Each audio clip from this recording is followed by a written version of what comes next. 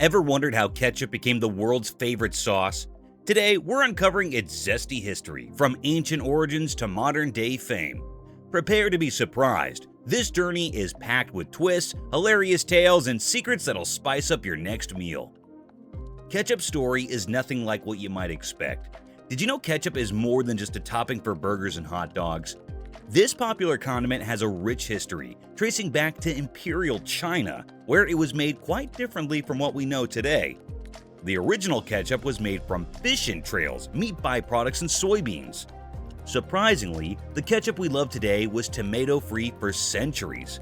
Despite tomatoes arriving in England in the 1500s from South America, they were often feared as poisonous. Instead, ketchup's roots lie in a fermented fish sauce from southern China, dating back to 300 BC. This sauce, known as ketchup or ketchup, was a staple for sea voyagers due to its long shelf life. As ketchup traveled west, its ingredients and preparation began to evolve. British traders in Indonesia and the Philippines developed a taste for this salty sauce in the early 1700s, bringing it home and giving the recipe its own unique twist. The 18th century saw ketchup's golden age, with cookbooks featuring recipes using oysters, mussels, mushrooms, walnuts, and even fruits like plums and peaches. These ingredients were either boiled into a syrupy consistency or salted for preservation, resulting in a flavorful and long-lasting condiment. Imagine making ketchup with 100 oysters, white wine, lemon peels, mace, and cloves. There was a special Prince of Wales ketchup made with elderberries and anchovies. And guess what? Jane Austen was a fan of mushroom ketchup. Among these unique recipes, some quirky ingredients stood out, each with its health aspects. Before we tell you how ketchup became tomato sauce, let's dive into the ingredients and their surprising health twists. First up, we have fermented fish. This was a key player in ancient ketchup versions, adding that umami taste we all crave. Fermentation wasn't just for flavor though. It boosts the levels of B vitamins, aids digestion, and introduces good probiotics. But here's the thing. The high salt content in these fermented fish delights could hike up your blood pressure. Now onto mushrooms.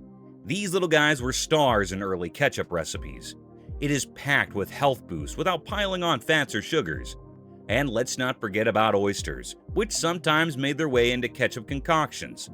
These sea treasures were brimming with protein, vitamins, and omega-3 fatty acids, which are great for your heart and brain.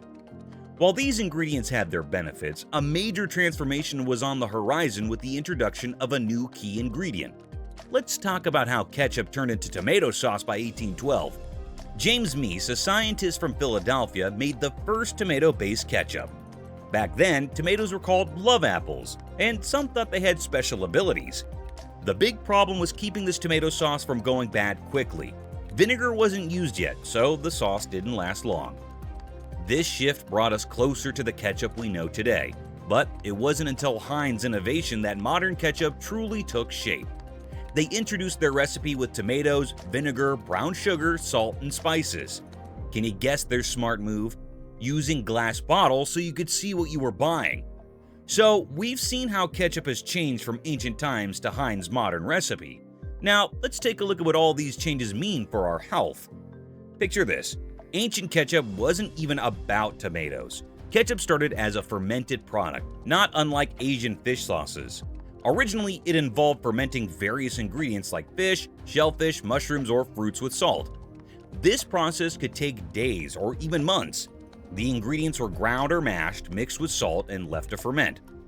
After fermentation, the mixture was strained to remove solids, and then after cooked to reduce and concentrate the flavors.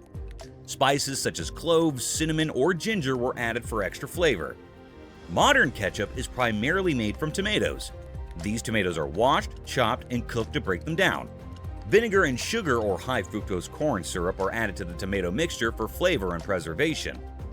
The mixture is then seasoned with salt and various spices, the exact blend of which varies by brand. The ketchup undergoes further refinement to remove seeds and skins and to ensure a smooth texture. Finally, the sauce is pasteurized to kill any bacteria and extend its shelf life.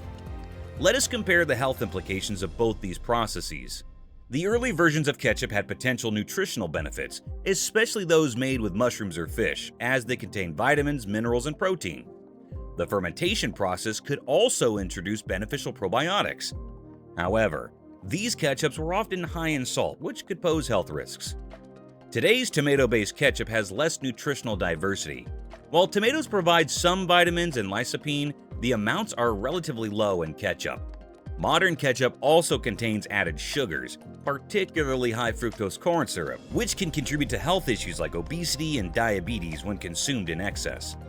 It also includes preservatives and additives for flavor, texture, and shelf stability, which some people prefer to avoid.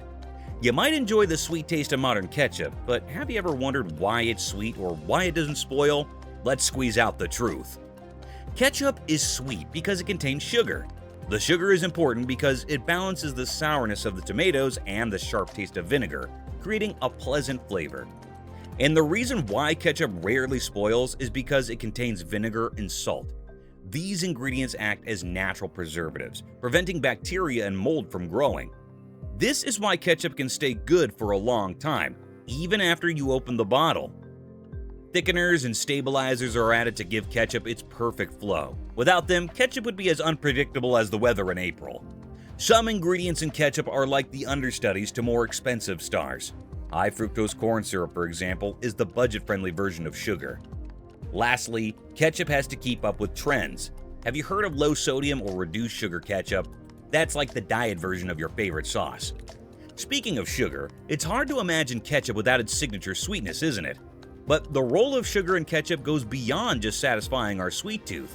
It's a key player in balancing the natural acidity of tomatoes, transforming the flavor into something more rounded and delightful. Beyond taste, sugar is instrumental in ketchup's texture and consistency. It lends a thicker, more syrupy quality for the sauce, along with a glossy appearance. The sweetness of ketchup complements a variety of foods and is often used in cooking and baking, where its sugar content contributes to the desired final taste of dishes. Introducing a sugar-free variant might sound healthier, but it challenges the established palate that many of us have grown fond of. All these ingredients contribute to ketchup's taste and longevity, but what about its impact on our health when consumed in excess? Ketchup is a sugar bomb. Did you know just 1 tablespoon can have over 7% of your daily sugar? If you're a ketchup fan and use 4 to 5 tablespoons in a meal, that's over 35% of your sugar for the day from ketchup alone. Eating too much sugar can lead to obesity, type 2 diabetes, and heart problems. Ketchup can be salty as well. Too much salt is bad news for your blood pressure and heart, especially if you're sensitive to salt. Tomatoes are acidic, and so is ketchup. Eating a lot might worsen heartburn or reflux problems. Though rare, some might be allergic to ketchup. This could be due to tomatoes or other ingredients like vinegar, which may have sulfites, salicylates, or gluten. Ketchup isn't packed with nutrients. It lacks protein and fiber. High fructose corn syrup and some kinds of ketchup can lead to heart disease. Too much ketchup sugar can contribute to obesity and insulin resistance. The acids in ketchup can trigger heartburn and digestive problems. High sodium in ketchup can increase the risk of developing kidney stones.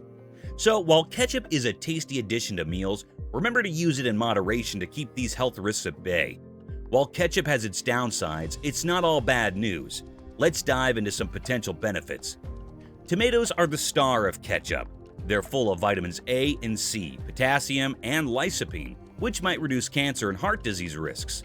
But in ketchup, these nutrients are less than in fresh tomatoes. Next is vinegar. It's got some health perks like fighting germs and helping with blood sugar. But there's not much in ketchup, so don't count on the health benefits of vinegar. Some say ketchup is just empty calories because of its sugar and salt and lack of many vitamins. But tomatoes and ketchup have healthy plant stuff. Research shows ketchup's health benefits probably come from lycopene in tomatoes. This nutrient helps protect your body against cancer, inflammation, and diabetes, and it's even linked to a lower risk of stomach cancer. When making ketchup, the heat used to process tomatoes allows your body to absorb lycopene more easily. When you eat ketchup, you might get some of lycopene's benefits. It could act as an antioxidant, protect against some cancers, support your brain, help your heart, and even fight reproductive disorders. But remember, ketchup is usually eaten in small amounts. For more lycopene without the extra sugar and calories, fresh or canned tomatoes are a better choice. And while you're here, why not check out this video?